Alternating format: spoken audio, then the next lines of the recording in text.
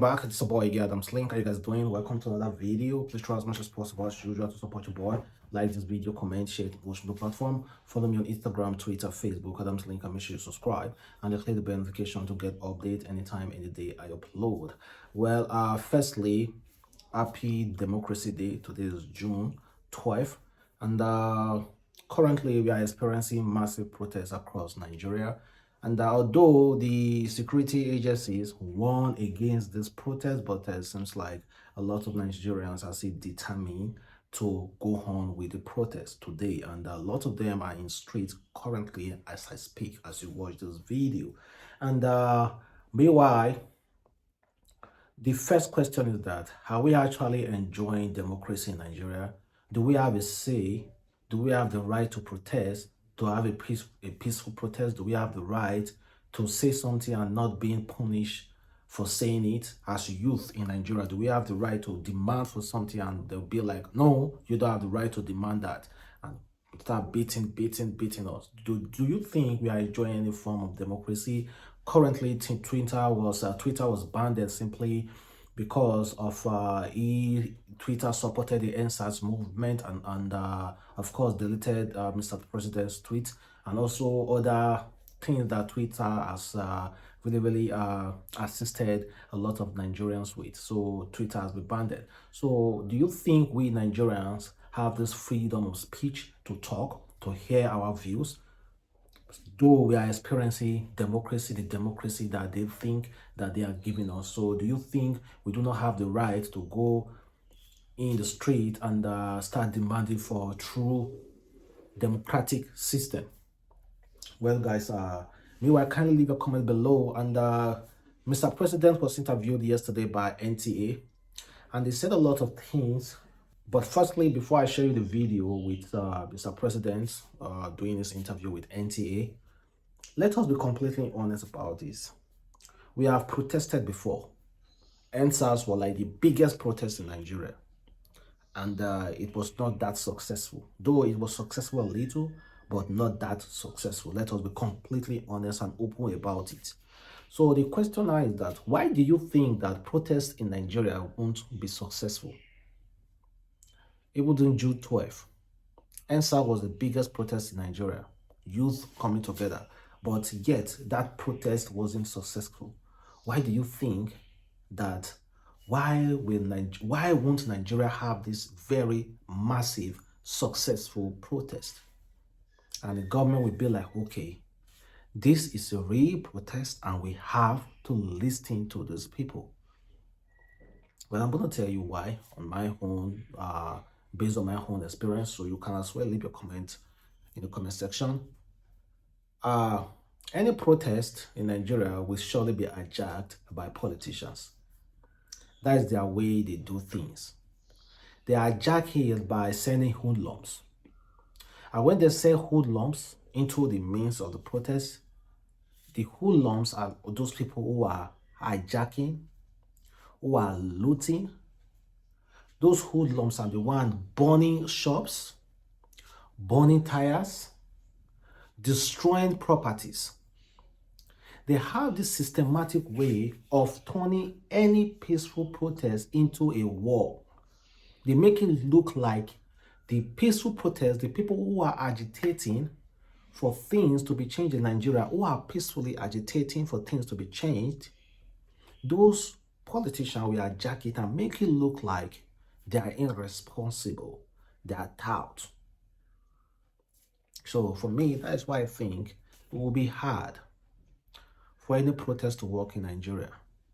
And let us not talk about how security agencies are involved, how a lot of people, we saw what happened in NSAS. Bus, huge long bus, we park and hoodlums will come out, carry sticks, cutlass to hijack the entire protest. We shout and posted videos, evidence on Twitter, yet nothing has been done till today. We've completely forgotten about that. And meanwhile, Nigeria Association of Students recently came out to say that they have abandoned the protest. some politicians with different agendas, different opinions, to us have concluded plan to hijack our protests. Having considered the current security reality and the danger to the lives of our members in case of possible hijack of the planned protest, I, in consultation with all The National Association of Nigeria Students have cancelled their June 12th protest because they don't want it hijacked by politicians. Well, firstly, I don't want to accuse them of anything, but any association today in Nigeria is all about money. Any associations, most of those associations in Nigeria is all about money, but I'm not discrediting them. They might be right, good for them. But so I'm not discrediting them, so they might be right. But let us be frank, any protest in Nigeria is usually hijacked because that is the systematic way to prove to the world that, see, those people are just out here to loot. That's why they are coming out. They are hiding behind peaceful protest. No, it's just out there to loot. But as soon as people start burning properties, it's legal for any security agency to act with force. Yeah. But if you are peacefully protesting, not burning properties, police don't have the right to use force. But as soon as those politicians inject hoodlums into the peaceful protest and they start burning properties and looting, police must act to provide security for properties and for peace. So you see, it's just a systematic way. And meanwhile, let's look at what Mr. President said recently when he had this interview with NTA. He talked about Nigerians. He talked about him knowing that a lot of Nigerians support him. You have once said that only God knows how much has been stolen from this country.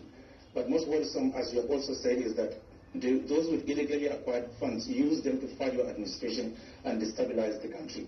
What have been the stumbling blocks in your efforts at making them pay for their sins? Nigerians, I think, are very forgetful. I'm very pleased that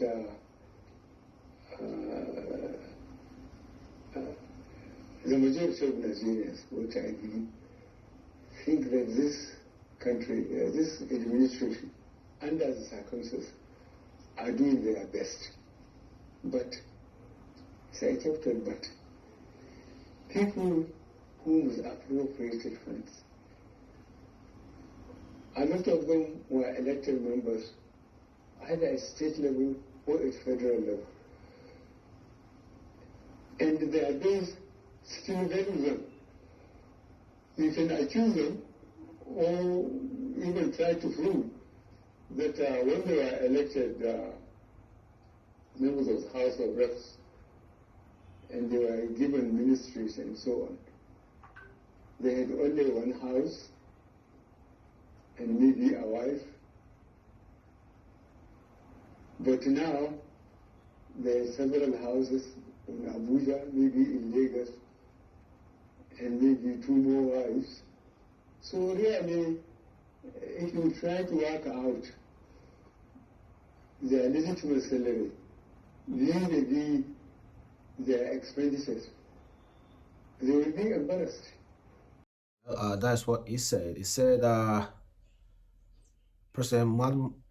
Buhari has said that Nigerians are very forgetful as they allow persons who have been accused of corruption to win election. So he said Nigerians are very forgetful and they allowed people who have been accused of corruption to win elections. So when I was a bit younger in uniform, when I came, I arrested president, vice president, governor, minister, commissioner, and put them under restriction on detention and told them they are guilty until they can prove themselves innocent. Now, this is opposite democratic system, as people would like to believe, he said. And he said a lot of Nigerians really are appreciative of him. He also said something about bandits. He said he has not been soft towards bandits as the media is painting him to be. Just recently, Your Excellency, you read a riot act warning those killing security personnel and burning critical national assets that they will be treated in a language they understand.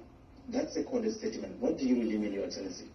Well, what I mean, how can you go to police station, kill the police if they are there,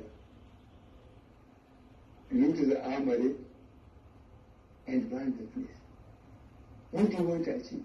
Go and open prison and allow criminals that have been tried through the legal system and let them lose on the society. And then how can government sit aside and allow this confusion to be perpetrated? All they need is confusion, and no government can allow confusion. Look at the NSAS incident in Lagos. The previous governor of Lagos State bought 200 buses to complement the transportation in Lagos. And he built a complex involving railways. But they went and banned them. The present governor made an album and came to see me. I said, thank you very much. I took the album, put it in my archives, and I told him to tell the Lagosians to work. Because we don't have the money after an administration bought 200 buses, some people to come and buy it, so we let them work. So do you mean fire for fire? More than that, we will arrest them. What I hope to arrest them, try them, give them very bad publicity, and then jail them. So that people will know that if they behave, they will not get away with it. So in response to that, some Nigerians accuse you of playing what they call double standards, that insurgents, bandits, and kidnappers were never threatened in such a manner. How do you react to that? They have been unfair. They should go and ask the governors of Sokoto, Zamfara, Katsina, and find out how we have been deploying the police and the military to deal with the bandits. We are not sparing anybody. But Nigeria is vast. And what he said. He said he's not taking it easy on bandit as we are accusing him of. And what he said, he also said the Lagos state governor should tell Lagosian to work because the government does not have money to replace those burnt buses. Honestly, I do not know. I always support protests. I always go on to protest. And SARS, I was involved. And honestly, I strongly stand against burning of any property because at the end of the day, they're going to use our own money again to replace it. I don't see what people gain by burning buses, real, although destroying government properties. Honestly, I do not see. I know people are agitating, but honestly, that is not what I support. I support a peaceful protest. I support we just carry our loads, sleep on National Assembly. We just put mats there. Everybody will sleep there. We are not living there. Done, burning, fighting. I don't. But at the end of the day, don't forget what I've said before. I believe those politicians have their own way. They inject hoodlums into it to cause distraction, to cause all sorts of things, all sorts of havoc. So automatically the protest becomes contaminated and the police will act. And the world will see that yes, the protest has been contaminated. And then the world won't want to say anything. They will say you guys were the one that started it first. And the next one is coming from Reno Omokore. Omokore actually praised Buhari. He said, I must condemn General Muhammad Buhari for completing the Lagos-Ibadan Railway project. Although this project was initiated and started by the Goodluck Jonathan government. The Buhari administration finished it. They could have abandoned it, but they did not. For that, they should be commended. Reno Mokere, Reno Mokere is the one saying this about Buhari. And meanwhile, guys, thank you very much for watching. Also, Twitter CEO also acknowledged Nigeria Democracy Day, and they issued a public statement saying that Twitter even issued out a public acknowledgement on the June 12th. And they also said today marked 1 week since Twitter was blocked in Nigeria. We have informed the Nigerian government that we are ready to meet for an open discussion to address mutual concern and see the service restored. We remain advocates for the free and open internet everywhere. Keep it on. Well, let's see. The Twitter is ready to talk. Lai Mohammed even acknowledged that in a recent interview. He said yes, Twitter reached out to them. So let's watch, guys. Let's see what will go on, or the talk and the negotiation that will go on. And meanwhile, the protest is still on. And thank you guys for watching. I'm gonna see you in my next video. Bye.